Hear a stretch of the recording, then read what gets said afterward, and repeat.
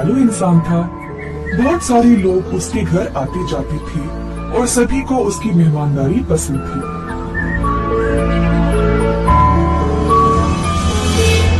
लेकिन एक दिन उसने अपना धन एक व्यापार में लगाया जिसका नुकसान हो गया, जिसकी वजह से रघु ने अपना सारा धन दौलत खो दिया।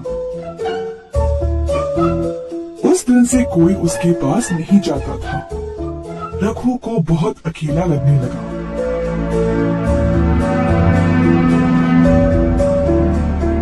पैसों के बिना मेरा कोई महत्व है ही नहीं, ऐसे कैसे जीऊं मैं?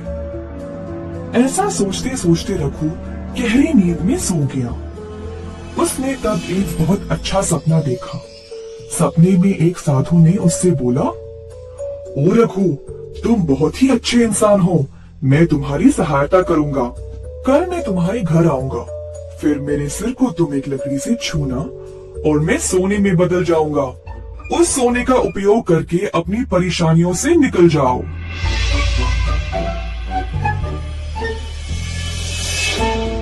अगली सुबह जब रघु जाग गया तो उसे वो सपना याद रहा। सोच में पड़ गया कि ये सच होगा भी या नहीं। इसी दौरान कोई दरवाजे पर आया। रघु की पत्नी ने दरवाजा खोला और देखा कि नाई आया हुआ है।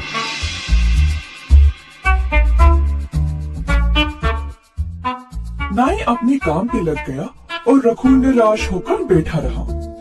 फिर से किसी ने दरवाजा खटखटाया।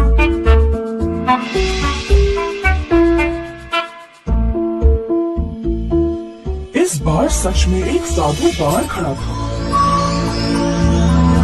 रघु साधु को देखकर आश्चर्य रह गया।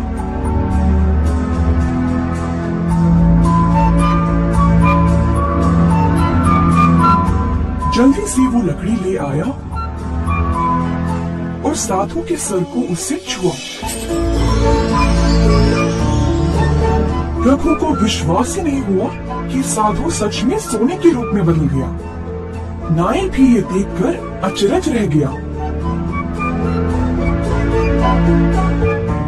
रघु ने थोड़ा सा सोना नाई को भेंट में दिया और बोला कि जो कुछ हुआ वो किसी को इस बारे में नहीं बताए।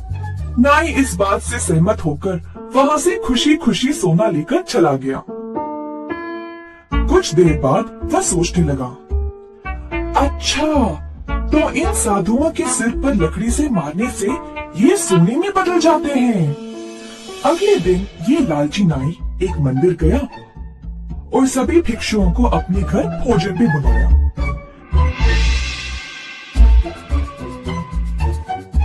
जब साधु उसके घर पहुंचे तो नाई ने सबको एक कमरे में बंद कर दिया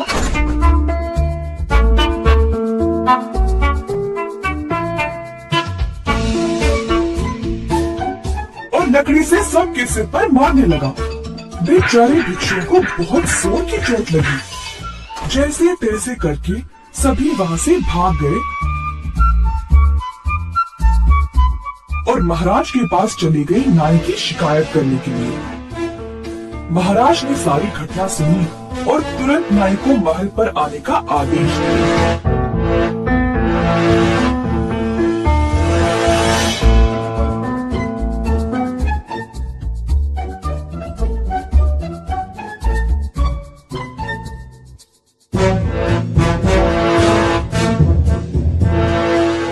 तुमने इन भिक्षुओं को क्यों मारा?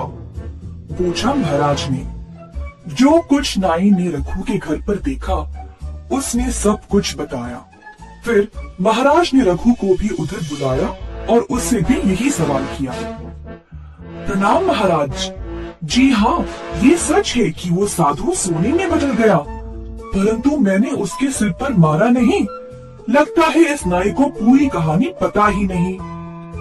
रघु ने महाराज को सब कुछ बताया और उसके वो सपने के बारे में भी। आखिरकार महाराज को सब समझ आ गया और उस लालची नाई को उसके कर्मों के लिए बंदी बना लिया।